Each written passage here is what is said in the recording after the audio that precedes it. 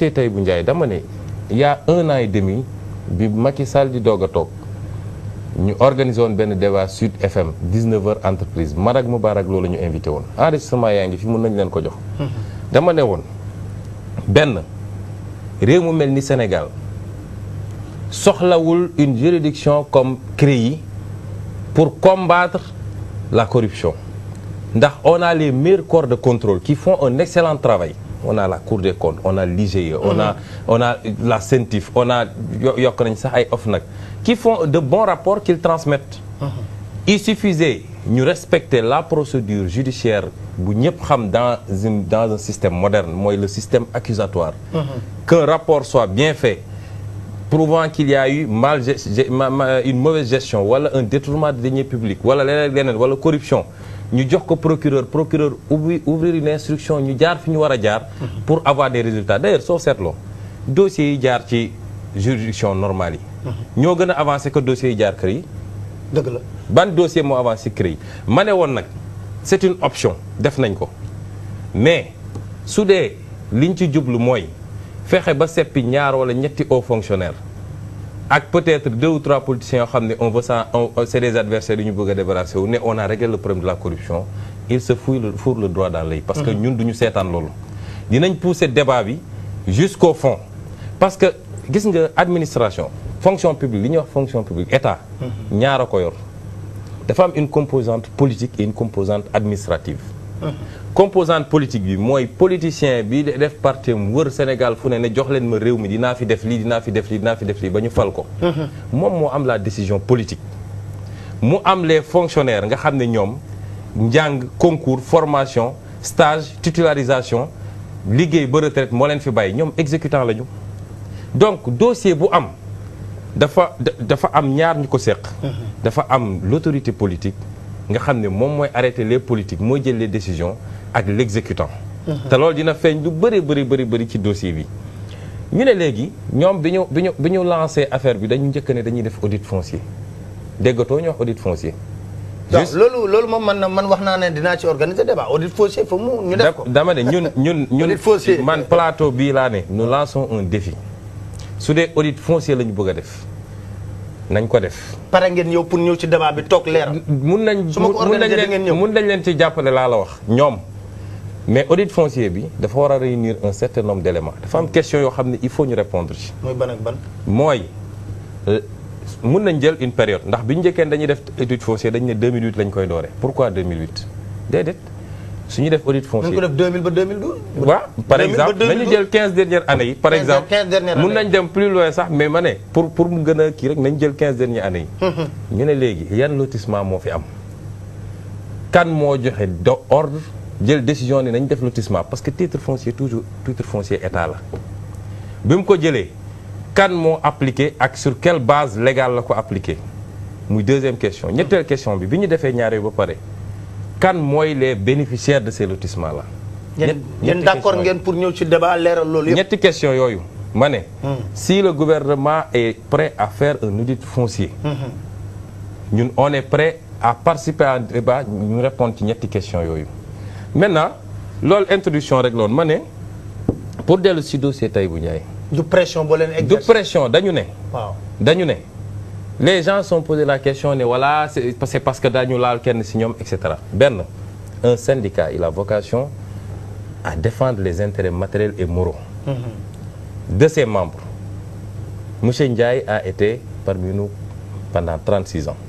Il est membre du syndicat, détenteur d'une carte de membre cotisant.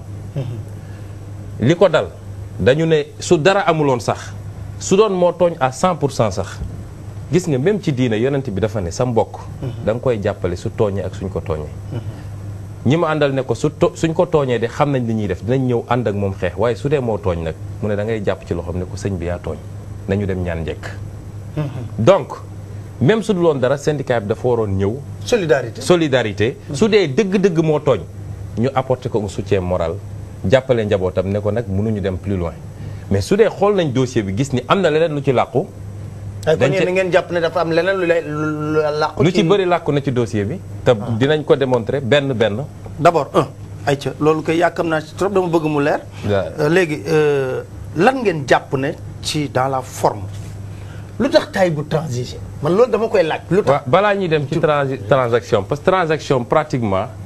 te dama bëgg na nga wax lépp parce que am na lu ma liir dama bëgg nga wax lépp ci transaction bi ñan ñoo ci duggoon ñu ci dugg ñu jaar ci tur ñu xam ñan la. lépp dinaa ko wax. très bien mun naa bañ a tudd tur. waaw mais dinaa wax nu mu demee. mais balaa loolu dañuy commencer ci commencement bi. ñoom arrêté nañu benn liste. xam nga déjà première question bi Sénégalais yi war a posé wu mooy sur quelle base dañuy arrêté liste bi parce que xam nga CREI yi mooy système boo xam ne c'est un système inquisitoire. mooy yow Pape Alé dañuy jël sa tur dugal lañ ci benn liste ba pare. doog a wër nag ci àdduna ba xam loo def loolu mooy CREI mais sur quelle base dañuy arrêté une liste ne diw bokk ña ci diw bokku ci. te tey su doon dañuy xool l'enrichissement kese. mais am na ñoo xam ne tey bu mënul sëqat seen kanam te kenn boolewu lañ ci liste bi muy première chose. mais boole nañ enrichissement ici moom bu ñu ko toppoon dëgg-dëgg. dinañ ko topp muy secrétaire général syndicat. ma ne muy bari trop. dinañ ko topp ba fi mu sësee. ba fi mu sësee. waaw secrétaire général syndicat nag moom amul dara laalul dara. non pas yéen su may wax la parce que am na ay dinosaures. am na ay dinosaures yoo xam ne mais xam nga la loi sur l'enrichissement illicite gars yi dañu xamul portem yemul foofu ñi mu concerné. dañu foog ni ñi exercer fonction publique kese la. mais dafa gën a yaatu loolu. magistrats yi ci lañ bokk. notaires yi ci lañ bokk. les ordres ci lañ bokk. ordre des avocats ordre et cetera dafa yaatu. tous ceux qui sont dépositaires d'une prérogative publique. ñoom dañoo bokk ci enrichissement illicite. moo tax ma ne bis bu ñu soree ci enrichissement illicite bi. te ñu jaarale ko fi ñu war a jaar. defe naa dinañu war kuy ñan ñooy gouverner Sénégal ndax dina néew mais dugguma ci détail boobu dama ne méthode bi ci boppam arrêté nañu bi ñu arrêté boole ci Tahibou Ndiaye. mais est-ce que yéen njortoon ngeen ko wala njortu leen ko woon. man njortoon naa ko. lu tax ndax 2008 bi may nekk assise nationale. 2008 le nit jóg taxaw daal di jël micro bi ne bu ñu jëlee réew mi ñoom ñëpp dinañ leen tëj daal di tudd ay tur mu boole ci Tahibou Ndiaye ak ki fi newoon directeur des domaines ma ñëw ne Tahibou Ndiaye ma jël parole ci assise ya ne leen su dee lii mooy assise nationale bi yóbbu ngeen tas ko parce que réflexion la ñu wax sur le devenir du pays. nit ñëw fii di wax ay wax yoo xam ne amu ci benn firnde naan diw am na kër bu nekk Dubaï ak nangam xam nga Sénégal accusation daf fi yomb. yomb na ku jóg ne Pape Alé Niang am na lii bind ko ci internet nga xool forum bi ku nekk nag di commenter. alors moo tax man bettu ma mais bi loolu amee ñu convoqué ko ne ko léegi def nañu seeni enquête gis nañu lii mooy patrimoine Tahibou Ndiaye. premier problème bi am mooy évaluation bi foofu lay commencer évaluation du patrimoine parce que dafa am lu ñu jaay Sénégal te loolu amul ne Tahibou Ndiaye am na 8 milliards 7 milliards Tahibou Ndiaye fu mu jëlee 7 milliards. lu tax nga wax loolu. mais dama koy démontrer. démontrer ko parce que ñoom évalué nañ ko ba mu toll ci loolu. d'abord évaluation bi fu mu commencé. mooy dañoo dem jël benn évaluateur boo xam ne amul qualité évaluateur. maanaam il n'est pas inscrit dans l'ordre des experts évaluateurs. bi ñu bindee lii loolu ordre la. xaaral lii lettre ONEAS lettre am la lii la lu ñu ci wax. affaire Tahibou Ndiaye renseignement lu ñu wax damay lire lépp kay. waaw cher maître, nous accusons réception de votre courrier à date du 10 août 2013. Nous demandons de vous informer si monsieur Pape Abdoulaye Malick Yade est régulièrement inscrit à l'ordre national des experts et évaluateurs agréés du Sénégal. En réponse à votre lettre, nous vous informons que nous ne connaissons pas monsieur Pape Malick Yade au sein de l'ordre national des experts et évaluateurs agréés du Sénégal. Il n'est inscrit ni dans la section expertise immobilière ni dans la section évaluation immobilière. Veuillez agréer, cher maître, l'expression de nos sentiments distingués. Maanaam kii créé jël pour mu évaluer mbiru Tahibou Ndiaye bokkul ci ordre national des experts et évaluateurs agréés du Sénégal mi ngi tudd Pape Malick Yade. ordre bi nga xam ne mooy ordre national des experts et évaluateurs agréés du Sénégal moo leen tontu lii. waaw leen bokk ci. nee nañ bokk ci. waaw loolu moom leer na. te continuer ci beneen ordre bi fi am. kuy expert te nga am qualité yi ci ordre boobu nga bokk.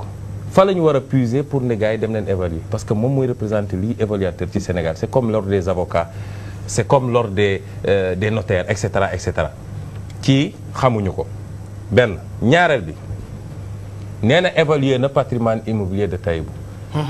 léegi évaluation ko mu ngi toll ci 4 milliards. waaw 202 millions. voilà évaluation boo xam ne yow amul genn kër boo xam ne évaluer nga ko te dugg nga ci kër gi da ngay ñëw taxaw ci buntu kër gi jël say photo dem ne kër gi évalué naa ko à temps defe naa même expert évaluateur bi moo ne woon kër Ablaye bi nekk Point E dafa tiim océan Atlantique bref mais yow mosoo dugg ci kër xamoo nombre de pièces xamoo dara nga ne kër gi évalué naa ko à 900 millions. xam nga loolu du évaluation. non loolu du sax estimation loolu ay yëfu caaxaan la muy premier élément bi mooy évaluation maintenant bi ñu génnee ci qualité kooku ma ne patrimoine bi dañ ne ñetti pàcc la patrimoine Tahibou Ndiaye. waaw dafa am.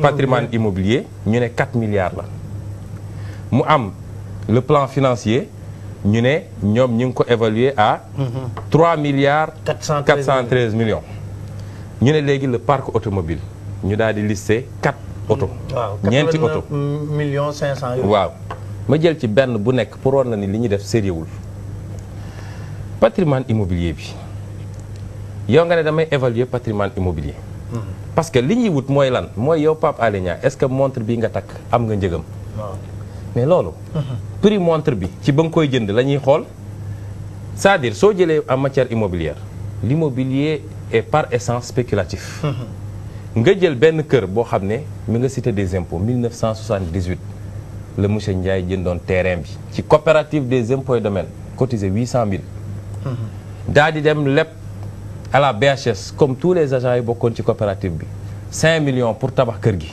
1978 la wax de di fay bor bi mi ngi ko pare fay en 2000 xaw ma ñaata main levée baa ngi nii bu BHS def kon kër googu dikkewu ko 10 millions nga dem jël expert mu ñëw ne kër gi tey suñ ko doon jaay tey jii 119 millions lañ koy jaayee ñu ne léegi Tahibou Ndiaye foo jëlee 119 millions mais Tahibou Ndiaye jëndeewul 119 millions donc déjà ci mode d'évaluation bi munoo ne da ngay jël la valeur marchande d'aujourd'hui man tey kër gi ma am man dikkeewu ma 60 millions waaye su ma ko doon jaay 100 et quelques millions laa koy jaay donc soo buggee essayer évaluer man li ma am mi ngi mel ni su ma déggee sa kàddu wax boo jëlee autoroute à péage bi xam nga amoon nay temps fi mu jaar waaw kenn bëggu fa woon dëkk ma nga tey jii ku fa amoon terrain mu doon jar ay 1 million nga jëndee ko woon sax 300 000 waaw parce que yooyu la doon jar terrain yi foofu tey jii boo koy jaay mën nga ci am 5 millions 5 millions nga ci am 7 millions déedéet dina ëpp loolu parce que dafa may infrastructure justement donc yow li ñuy seet bien malaké li ñuy seet mooy est-ce que yow bien yi nga yor tes revenus permettre na la nga am ko mais loolu mënoo ko jël sous l'angle spéculatif parce que la valeur marchande ce qu'on appelle la valeur vénale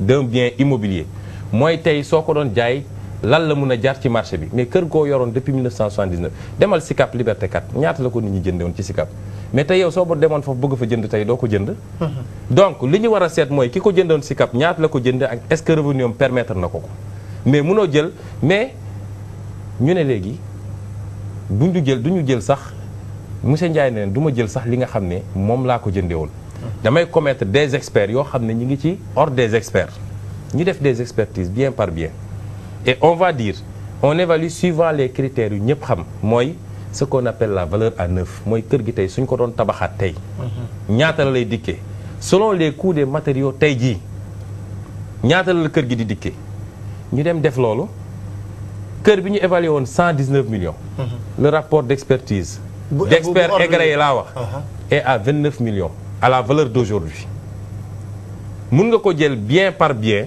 ba bien yi jeex amul benn boo xam ne xaw naa sax jege xaaju ñoom li ñu jàpp ni lii mooy kii. dafa ne kon da ngeen def rap contre expertise ngeen. contre expertise bien par bien contre expertise yaa ngi fi fait par des experts agréés te kenn mënul ne ñii dañ leen corrompre pour ñu def lii wala ñu def la pour te dire premier point sur l'immobilier l'expertise n'a pas été sérieuse ñu aboutir à un patrimoine de pour rien que pour l'immobilier ñu ne saa waay am na 4 milliards.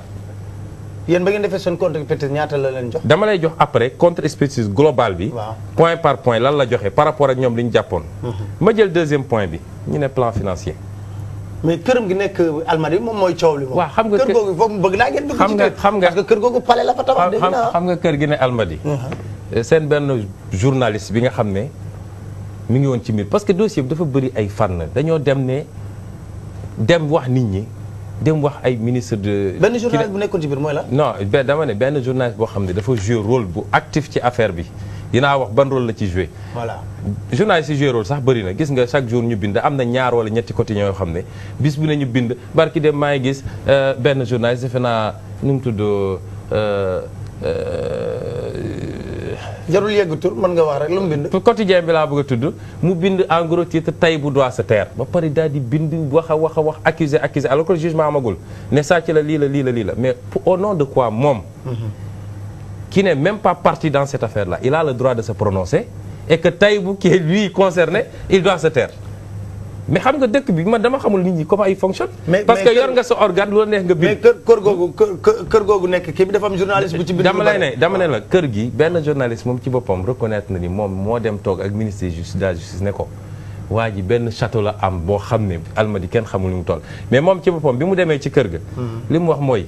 mais kër gi dàqul sama kër. y a rien d'extraordinaire man. affaire u enrichissement illicite bi moo tax ma njëkk a dem ci kër Tahibou xaw moon sax fu mu dëkk musuma faa dem amuñu relation boo xam ne taxoon na may dem këram wala yu demee noonu bi affaire bi amee laa njëkk a dugg kër Tahibou mais dañoo dem wax a wax dem nañ ba ne Tahibou am na benn hôtel boo xam ne 18 étages xaw ma bu nekk Dubaï ñu daal di def seen commission rogatoire xam nga yi ñuy def nii. commission rogatoire lekk kaay xaalis la parce que xam nga d'abord affaire u CREI bi il faut que ñu wax Sénégal lan la coûté ak lan la jugalagum.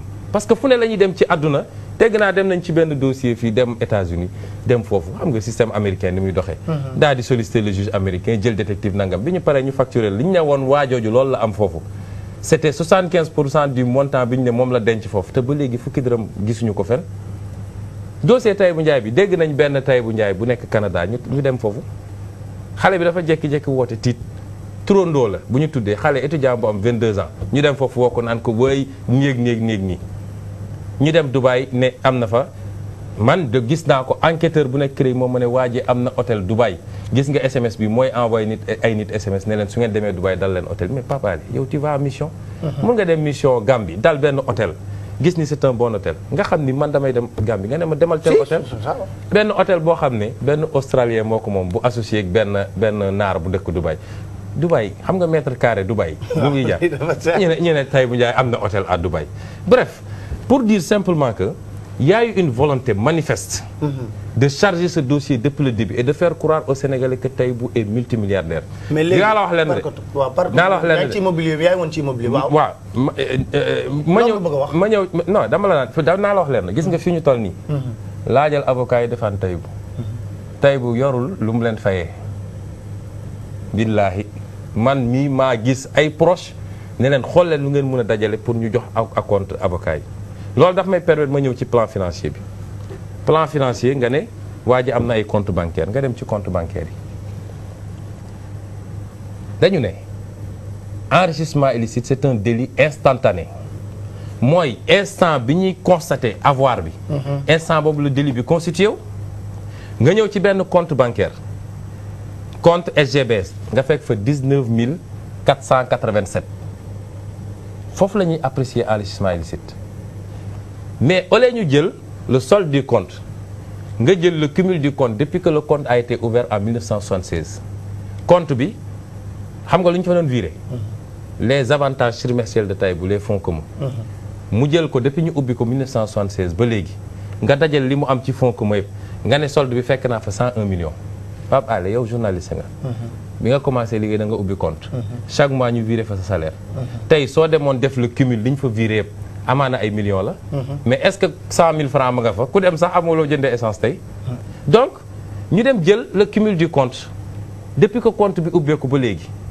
tu fais la même chose pour le compte BHS nga xam ne salaire rek lañ fa doon virer parce que bi muy leb pour tabax cité des impôts en 1983 dañ ko obligé mu domicilier salaire am mu bàyyi ko fa nag nga jël compte bi nga ne 57 millions moo fa nekk alors que salaire bi ñu demee direction solde ñu imprimer salaire u Tahibou li mu am en 36 ans de carrière li ñu ko versé salaire c'est 90 millions et quelques donc même 53 millions yi sax dafa tuuti pour te dire mais nga jël loolu cumul boobu nga ne waa ji am na 57 millions ci benn compte 101 millions ci beneen compte et cetera mais li gën a neex du loolu nga dem demander état de droit réel nga dem ci conservation demander état de droit réel état de droit réel mooy permettre ci benn titre foncier ñu tracer la vie du titre foncier diwa ko moomoon bi mu paree jaay ko diw titre foncier bi am na hypothèque wala amul hypothèque nangam nga dem nga ne am na moom benn terrain bu 500 mètres carrés bu nekk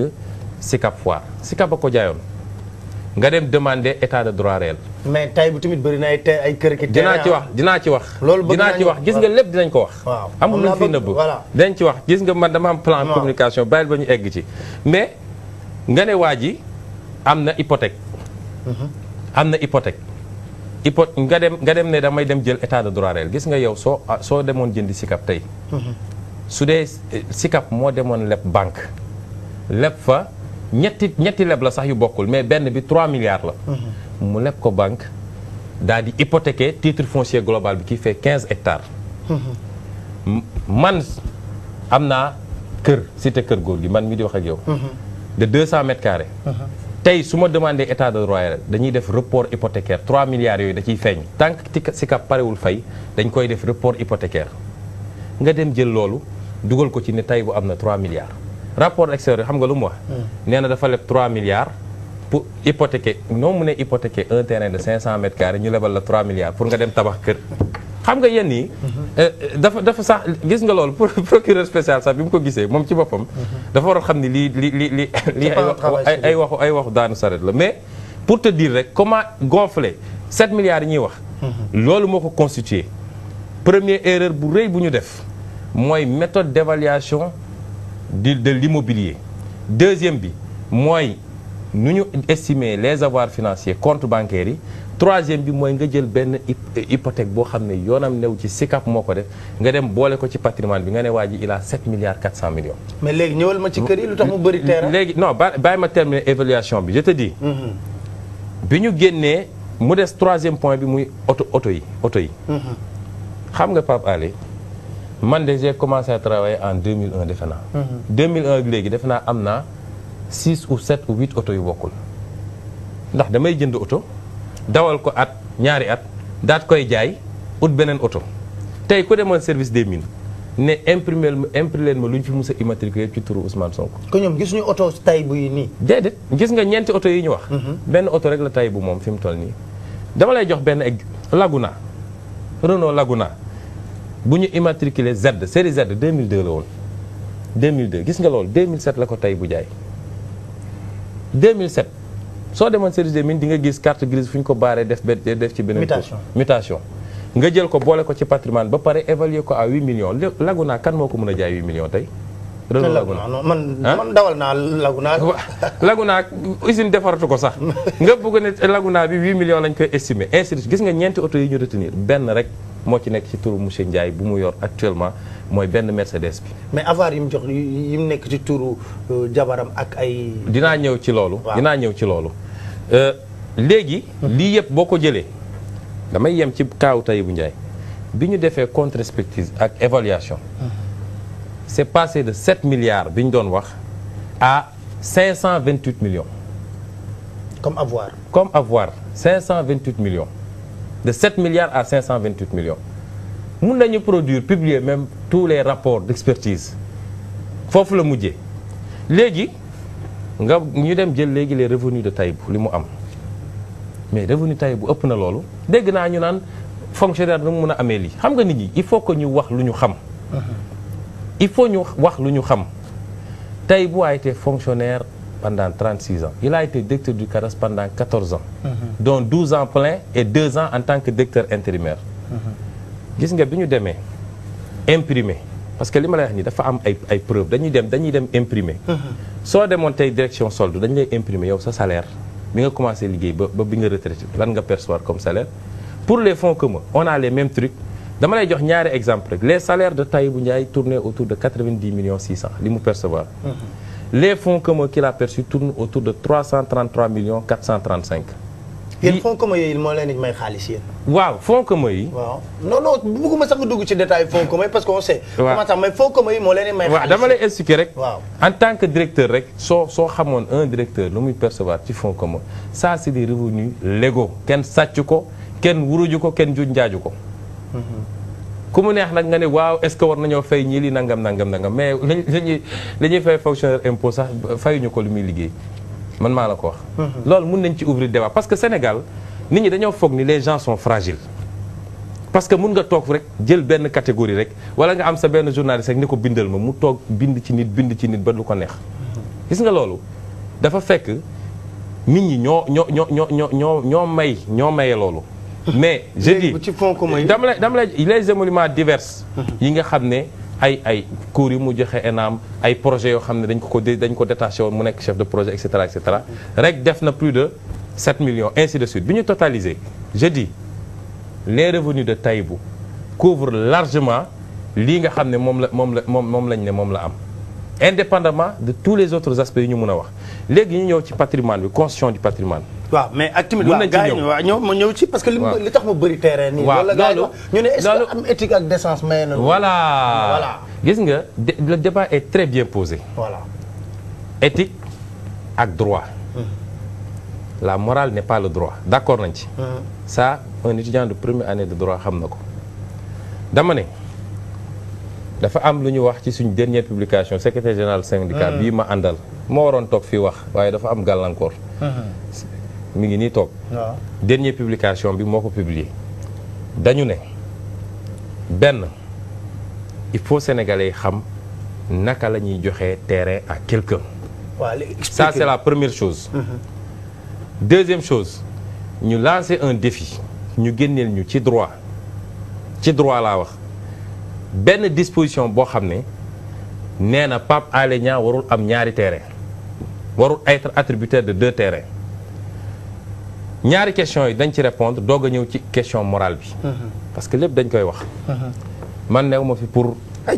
man kay non nu mu leer ci bopp Sénégalais yi leer sama bopp loolu laa bëgg. gis nga terrain xam nga nu ñu koy attribuer Sénégal.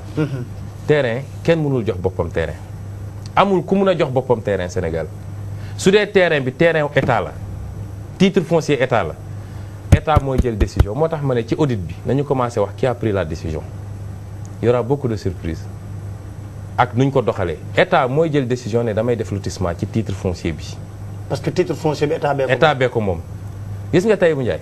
mënul initier ab lotissement mënul jox boppam terrain. bu état jëlee décision ne damay def lotissement ba pare ñu ne service technique yi ministère des finances. ñu ne ministre des finances gérer loolu ministre des finances mooy jël les dispositions à travers la direction des domaines. direction des domaines ñu ne ñu envoyé un papier. à la direction du cadastre envoyer un papier à la direction de l'urbanisme ne leen wax leen ñu lan mooy régime mu terrain bi benn est-ce que titre état la ñaar est-ce qu'il y a des possessions ci titre bi ñett est-ce qu'il y a des occupants irréguliers wala déet ainsi de suite ñooñu ensuite la destination loolu urbanisme moo koy def ne bii c'est une zone d'habitation bii c'est une zone industrielle et cetera ñu def loolu yëpp ku nekk envoyer sa rapport à la direction des domaines ñu def seen rapport envoyé ko benn commission bu ñuy wax commission de contrôle des opérations domaniales CCOD xam nga commission boobu kan moo ko composé. ministre des finances mooy président commission bi il délègue souvent un directeur de cabinet mooy superviser wala un conseil technique en matière domaniale moo koy suivre. composition ba léegi y a le directeur de l'enregistrement et des domaines mi ngi ci commission bi. directeur des affaires civiles et du sceau mooy représenter ministre de la justice. mi ngi ci commission bi directeur de l'urbanisme et de l'architecture mi ngi ci commission bi directeur général de l'agence nationale de l'aménagement du territoire mi ngi ci commission bi directeur du cadastre directeur de la dette et de l'investissement contrôle financier de l'État et le directeur du matériel et du transit administratif ñooñu ñëpp ñu ngi ci commission bi. commission boobu mooy réunir pour valider définitivement le lotissement sous la supervision du ministre des finances daal di définir la liste des attributaires.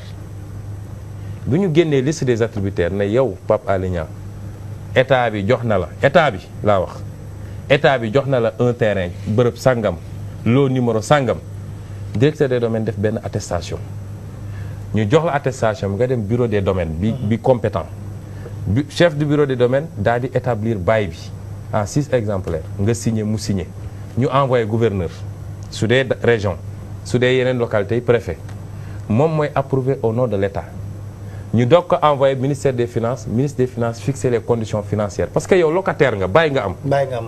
ñu ne la léegi chaque année di nga fay temps pour terrain bi ñu la louer mais saa yu ko état bi soxlawaatee ci condition yi mu ko soxlee dinañ jëlaat terrain bi. exproprié. waaw léegi dans toute cette procédure là benn nit nu mu mënee jóg moom remplacer commission bi remplacer gouverneur remplacer ministre des finances remplacer directeur des domaines daal di dem ne terrain bi moom naa ko terrain bi moom naa ko terrain bi moom naa ko. lan ngeen bëgg a wax foofu. li ñu bëgg a wax mooy. nit mënul jox boppam terrain su dee terrain jox nañ ko nit dafa am processus bu mu jaar état bi moo ko jox par la voie bi ma cité nii su dee nag responsabilité am na. mënul doon responsabilité yow miy jox terrain d'abord dama ne amul benn disposition boo xam ne mun nañ ko génne ci loi je défie tous les juristes ñu génneen benn disposition boo xam ne nee na yow munoo am deux baux mun amul donc en soi su dee ci droit ce n'est ni un crime ni un délit ni une infraction ñetti qualité ni une contravention ñetti qualité infraction yi ñu xam ci droit amul benn boo mën a ne lii am na mais dama ne même su doon loolu am na par extraordinaire kan mooy responsable bi ki joxe wala ki ñu jox yow soo toogoon fii ñu war a ne la jox nañ la bàyyi nga toogaat ñu war ne la jox nañ la bàyyi su dee dañu ne woon état bi warul joxe deux baux état bi joxe mooy responsable wala yow mi ñu jox bàyyi léegi ñu andi ko léegi ci terrain moral nañ ko andi léegi ci terrain moral dama ne en droit mënuñoo tëj nit parce que am na ñaari baux mënuñu génne benn disposition mais est-ce que léegi ñu andi ko ci terrain moral man li ma wax mooy su dee suuf si ñëpp a ko bokk ndax Sénégal man moom moo ko yow moom moo ko su dee suuf si ñëpp a ko bokk mun nañu poser débat bi sous l'angle moral est-ce que waruñu fexe ba mbir mi di tourner ba kenn ku nekk mun a am ci suuf si waaw mën a dëkk Dakar mën a dëkk non non su ma dama joxe dëgg exemple rek fu mu munti nekk rek Dakar moo gën a chargé fu mu munti nekk rek non dama joxe exemple Dakar parce que Dakar moo amatul sax pratiquement assiette mais dama lay wax loolu ñun bi ñuy créer syndicat loolu bokk na ci li taxoon ñu créer ko gis nga fii ñu toll nii man gis naa ñi di commenter di wax agent des impôts yi néeg soo xamoon ñaata inspecteur des impôts ñaata contrôleur des impôts ñaata agent des impôts tey ñoo amul 1 centimètre carré locataire lañu kenn xamul nu mu toll bi ñuy créer syndicat loolu bokkoon na ci li tax ñu créer ko parce que yeneen syndicat ngi organisé wu les enseignants les magistrats fu lotissement am ñu daggal leen ñun ñi ngi woon biir impôt man 2001 laa dugg impôt bi ma ñëwee impôt ñu affecté ma Pikine ma ñëw ne gis ñi yoroon domaine bi ne leen parce que li gars yi xamul direction générale des impôts et domaines ñun ñëpp dañ ñuy former ci même formation ENAM mais soo génnee dañ lay affecté domaine wala impôt y a une petite partie bi ñuy yóbbu domaine ñi ci des nekk impôt man impôt laa mos a liggéeyu ma domaine ñu toog ma dem ne waa ji comme Pikine jëm parce que Pikine moo commencé pratiquement Dalifort ba kilomètre 12 tour de Rufisque ma ne ko fii rek moo des terrain yi ñu tax ñu wax man soutien de famille la su ngeen ma joxee fii benn 150 mètres carrés ma kër yi daal di xool nu ma aménagé dem jëli sama mun a gérer sama njaboot nekk naa Pikine ba jóge fa aw ma 1 centimètre carré ma ñëw fii Dakar j'ai repris les mêmes démarches on n'a pas eu à un moment donné on a dit ñi ngi jox yeneen corporation yi même fii ci biir kër gi ay lotissement ngi am nee nañu am na ay quota mais ñun gisuñu ko te ñoo créé suñu syndicat comme ñëpp daal di réclamer parce que ay citoyens lañ am nañ droit mais on avait posé des règles très claires benn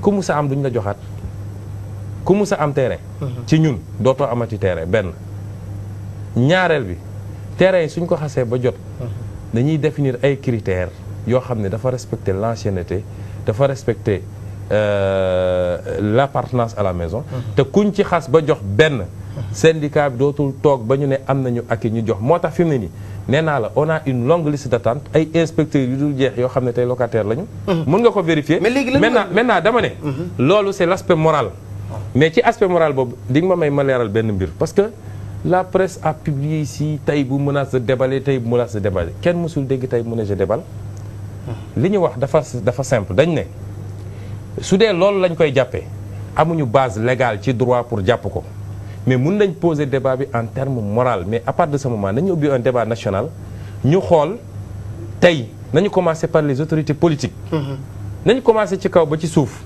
nañu commencer par man Ousmane Sonko ku nekk ne lii mooy li ma am ci terrain lii mooy li ñu ma mus a jox ci terrain nañ ko commencé amul ku ñu bàyyi nag. ak poste boo responsabilité boo mën a yor fi mu toll nii wala nga yoroon ko ca gannaaw. nañu poser débat bi en ces termes là bu boobaa on est preneur mais ça c'est un débat moral qui peut déboucher maintenant sur des rectifications juridiques. nañ ko inscrire dans les codes. bu boobaa on a une xam nga droit dafa ne y a pas de délit sans texte. c'est-à-dire su lu texte prévoirul criminaliser ko.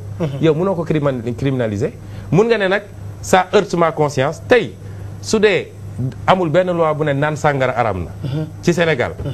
yow mun nga ne jullit nga ça heurte ma conscience mais mënoo ci tëj nit su ko neexee mu taxaw fi naan sàngaram. donc ce qui est moral n'est pas forcément juridique au sens. mais vous êtes prêt pour poser ce débat. ma ne nañ ko ubbi suba dafa am yoo xam ne. da ngay invité sa plateau gis nga affaire Tahibou Ndiaye ñu bëri wax nañ ci am na ay journalistes yoo xam ne. mais expliquez ma lu tax mu transiger woon. waaw balaa may wax loolu dama ne. beneen yoon sooy invité man dama bëgg mu doon un débat. waaw mun nga xool yenn journalistes yoo xam ne. c'est la cri qui leur donne chaque jour une info tey rek mun naa la citer ñaar yoo xam ne lu mel ni Témoin ak lu mel ni journalu xaw ma yaa xam mbay la tudd xaw ma. mais pourquoi non bis bu ne non damay wax man li may wax dama ko ñeme. dama ne mun nga leen convier fii débat su dee li ñuy wax wóor na nga leen convier fii débat ñu toog jàkkaarloo. parce que yor sa journal bis bu ne nga bind saaga ci nit boo xam ne xamoo ko. mais lu tax tey bu transiger. voilà ça aussi c'est un débat boo xam ne bëgg naa léegi parce que bu nit demee ba transiger dafa mel ne nangu na. lu ko doon léegi ñu dugg ci transaction bi. voilà c'est important. xam nga transaction bi fu mu jógee.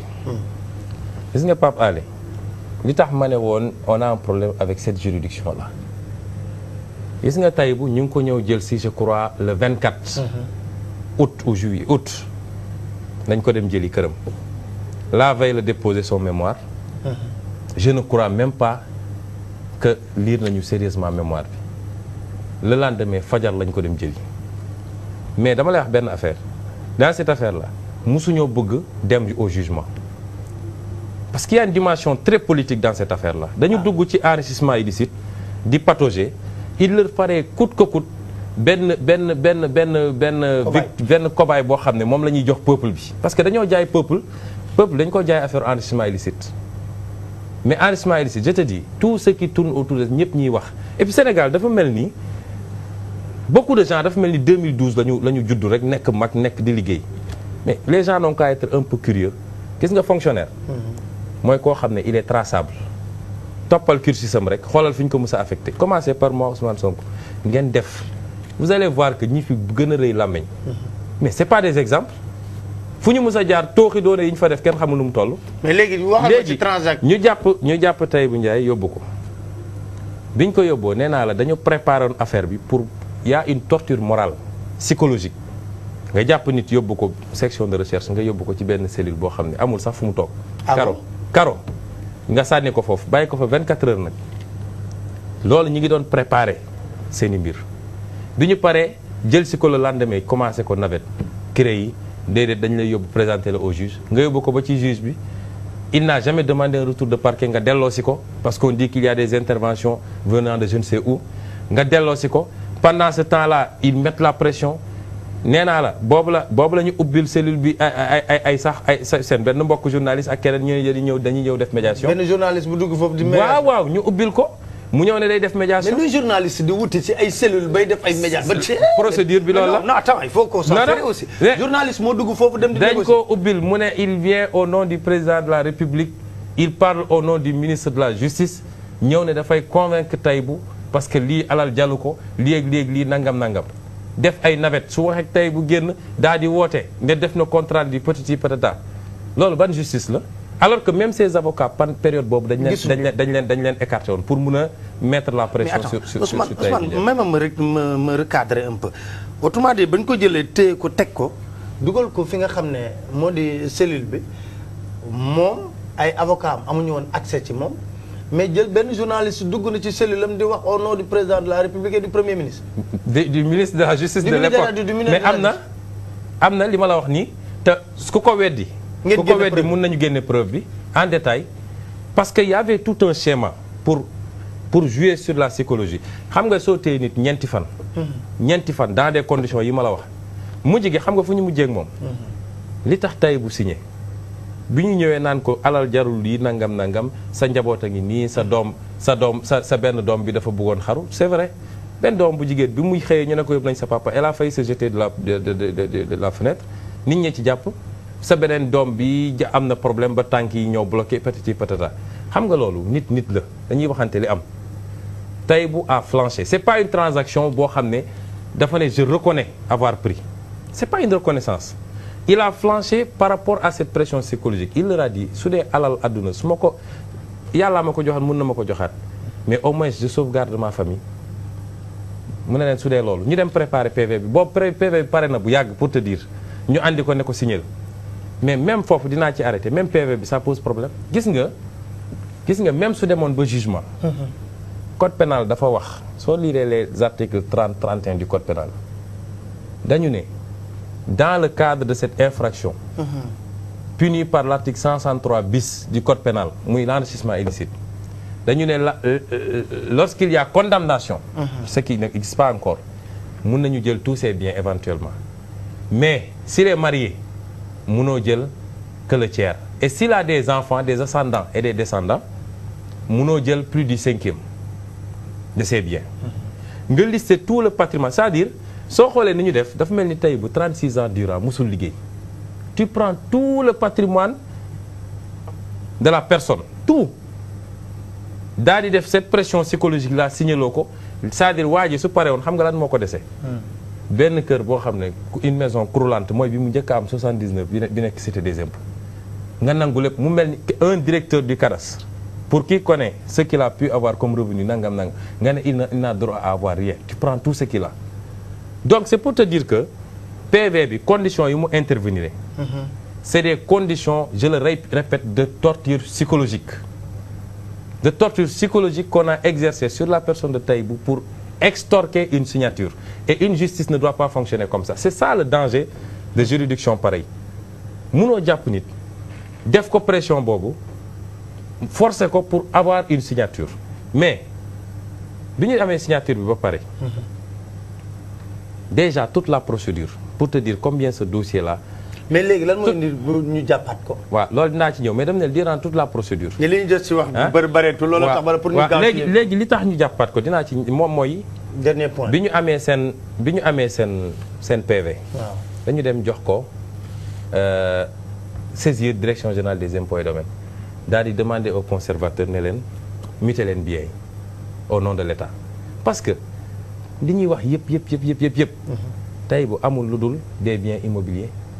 xam nga il n'a même pas besoin di ko yóbbu mandat de dépôt parce que Tahibou su dawoon sax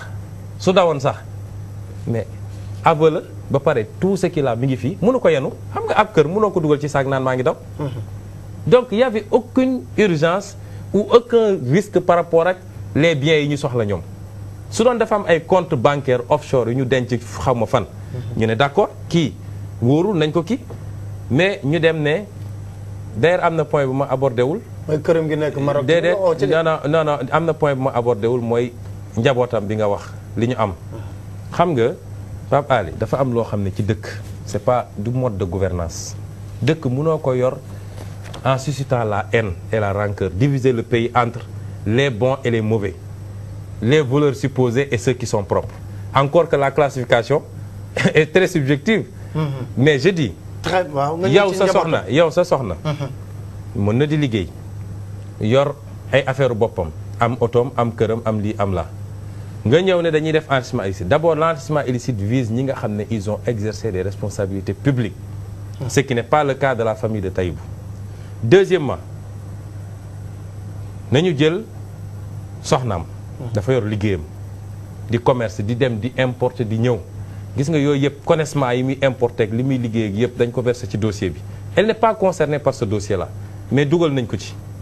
li ñuy wax ay doomu Tahibou du ñu ay doom ñooñu seen papa dafa nekkoon de inspecteur du cadastre. moo accueillir Tahibou jàngal ko liggéey yor ko ñu dem ba duggante. bi muy génn àdduna sur son lit de mort la ne Tahibou dénk naa la sama njaboot daal di yëkkati benn terrain ak 45 millions ne ko damaa bëgg nga jàppale leen defaral leen kër ak kër yooyu bokk na si ñu bëgg a saisir loolu alal njirim la Tahibou moomu ko soo seetee doo gis kenn ku sant Ndiaye doomu Taïbu bu mu jur boo xam ne dinañ ne am na terrain wala am na lii ñooñu Thiam la ñu sant du ñu doomu Taïbu. elles ont leurs activités yor seen i jëkkër yu nekk extérieur di liggéey di envoyé xaalis nangam nga bëgg a jël benn nit apprécier ko daal di jël mënoon nañ jël sax ay maama ki ay sët ki lépp comme léegi enrichissement illicite su ñuy jël dañuy jël dem fu kenn xamul.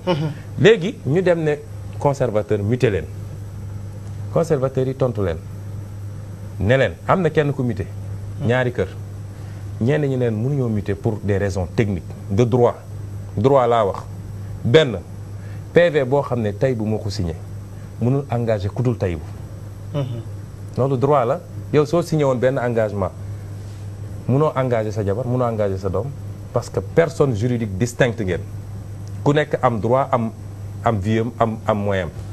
deuxième chose ñu ne leen PV de médiation pénale mënul servir pour muter parce que PV de médiation pénale benn élément de procédure la ñoom.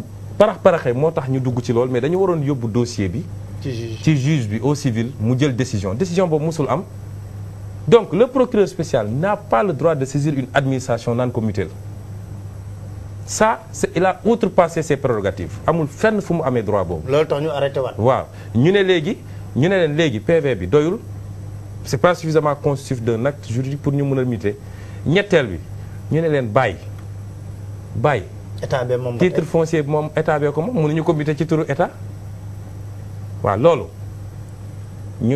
mu mer ci loolu daal di woowaat Taïbu ne ko andil sa njaboot yëpp ngeen signé wala ma tëj la tëj sa jabar tëj sa doom loolu moo tax mu reprendre procédure bi mais la question bi ñu war a poser parce que PV bi ñu ko signé nee naa la condition yi ñu ko signé du condition yu respectable pour une justice mais malgré tout signé nañu PV bi li mu wax mooy mënuñu reprendre la procédure lu dul ñaar yi soit Taïbu dénoncé na PV parce qu'il a le droit de dénoncer le PV ba léegi wala ils ont découvert des affaires nouvelles ñaar yooyu benn amu ci parce que blocage bi mu am jógewul ci Taïbu moom bi muy signé yow ngay homme de droit bi ngay signé doo xam lii may signé est-ce que ce sera exécutable en droit ou pas defu ko mu signé dem ñu ne ko lii mënul am mu dellu si woo nit ki ne ko déjà la reprise de la procédure qui était classée sans suite moom moo ko bind signé ko c'est une violation du droit amuloon droit reprendre procédure bi parce que il n'a pas eu un blocage émanant de Taïbu Ndiaye benn deuxièmement il n'y a pas d'affaire nouvelle bu mu gis mu dem reprendre procédure bi dajale njaboot yëpp ne leen da ngeen signé lii wala ma tëj njaboot gi yëpp loolu abus de droit la justice du doxee noonu te nag mënuñu nekk cim réew mu am sous prétexte que man maa yor justice dinaa def lu ma neex te kenn dox parce que justice ci boppam ñoom nee nañu état de droit la ñu bëgg a restaurer loolu la président wax mais état de droit ça suppose que tout le monde soit assujetti au droit celui qui applique le droit il doit être assujetti au droit mënul appliquer selon moom li ko neex donc dama ne reprise procédure bi ci boppam ça n'a pas de base légale encore moins fi ñu jaar ba inculper ko c'est pourquoi les avocats ont déposé un recours devant la Cour suprême pour annuler la reprise de la procédure. Alors yéen ba léegi donc je pense que Taïbu est en ce moment en prison donc vous le syndicat vous continuez à maintenir votre solidarité. ñun li ñuy wax mooy. ñun ñëwuñu pour parparloo man dossier bi li ma ci gêné dama naan lii gêné na ma ci. man li ma ci gêné ci côté Taïbu dama naan lii gêné na ma ci li nga xam ne it. jaay doole la dañ naan lii jaay doole la syndicat impôt du dem ba ne damay grève ngir lii waaye dinañu éclairer l'opinion kenn mënuñu koo tere dinañu wax li nekk ci dossier bi ak beaucoup d'autres choses yoo xam ne xajul ci débat bi wala suñu demee ba ci biir lay dellu si xam nga nee nañu menace de déballage dafa am déedéet tey bu menacé wul kenn mais ñun ñoo wax ni su dee lii enrichissement illicite la mais ñun en tant que citoyen am nañu droit parce que les modes de saisine de la CREI dénonciation am na ci am nañu droit ñu ne voilà des gens yoo xam ne ils ont un patrimoine constitué par de la même manière mais ces gens-là vous devez les entendre su ko defee def na liggéeyam su ko deful opinion bi dina juger C'est ça aujourd'hui la position du syndicat. Alors très rapidement on va éplucher rubrique yi nga xam ne moom comme d'habitude on commence par au niveau de la régie soyez prêts pour la rubrique c'est scandaleux. On regarde rubrique c'est scandaleux très rapidement au niveau de la régie. Voilà, Dakar qui croule à la merci des ordures, hein. Ça c'est vraiment ça, c'est un problème boo xam ne récurrent qu'il faudra trouver. Il faut trouver une solution à ce problème qui demeure très récurrent. Alors déclaration de la semaine. On vient sur cette rubrique déclaration de la semaine avec je crois Souleymane Ndéné Ndiaye au niveau de la régie. Déclaration: les transhumants ne font honneur ni à leur famille politique.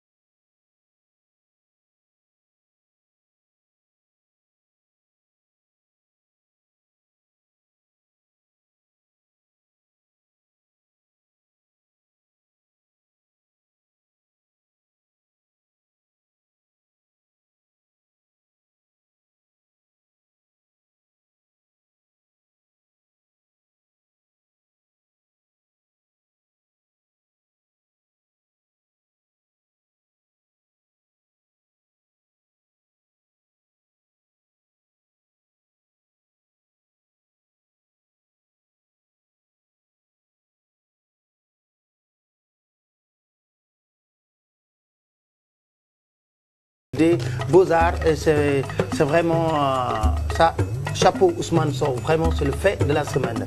Alors Ousmane kii sa turandoo la parce que yéen a bokk seen tur. Ousmane bokk suñu sikkim tam waaw bokk seen sikkim. waaw bosam dafa weex rek. alors sa kaddu gu mujj rek ñu. waaw kaddu gi mooy man dama naan gis nga Sénégal man peuple bi lay waxal. Manipulation dafa bëri ci li xew. Il faut pas que peuple bi ñu manipuler ko gëmloo ko nii Sénégal dañ ko war a xaaj ci ñoo xam ne voilà jàpp ni ku am rek forcément ab sàcc la wala yu mel noonu. benn ñaareel bi dafa am loo xam ne ci information dafa sensible parce que léegi détruire nit dafa yomb gis nga monsieur Ndiaye man joxuma ma lekk joxuma naan. On a eu des relations très heurtées quelquefois bi may créer syndicat impôt ñuy tri xuloo nañu ci réunion ba mu jël bagaasam dem ne du ma toog ci réunion xale di ma manqué respect donc mais détruire nit dafa yomb léegi Sénégal. da ngay gis koo xam ne xoolal manipulation bi da ngay xool sax presse bi xaw ma sa journaux yi am na tey ku ci bind. soo xoolee dañuy dem ba photo bi ñuy génnee photo bi sax ci manipulation bi dañuy génne photo boo xam ne ku ko xool rek ne kii dëmm la. dem interview yi nit gis ko muy wax nga daal di xaar ba fu mu gàññee nga jël ci photo boo xam ne da ngay gis commentaire yi ñaan ku gis kanamam sax xam ni kii ab sàcc la. léegi nag su dee dëgg la ñu bëgg su dee dëgg rek la ñu bëgg ci réew mi. ñun on est prêt ñu ubbi un débat national li ñu gëm mooy am réew dafa soxla sérénité. très bien ñu jublu ci liggéey mais su dee débat rek la ñu bëgg ci lu jublu ci dëgg. nañ ko ubbi te dootuñu leen seetaan nag ñoom rek yor affaire bi mbël di jaay li ñu bëgg. ñoom dinañu wax ñun dinañu wax léegi le peuple va apprécier. Très bien. Alors on va faire une petite pause pour souhaiter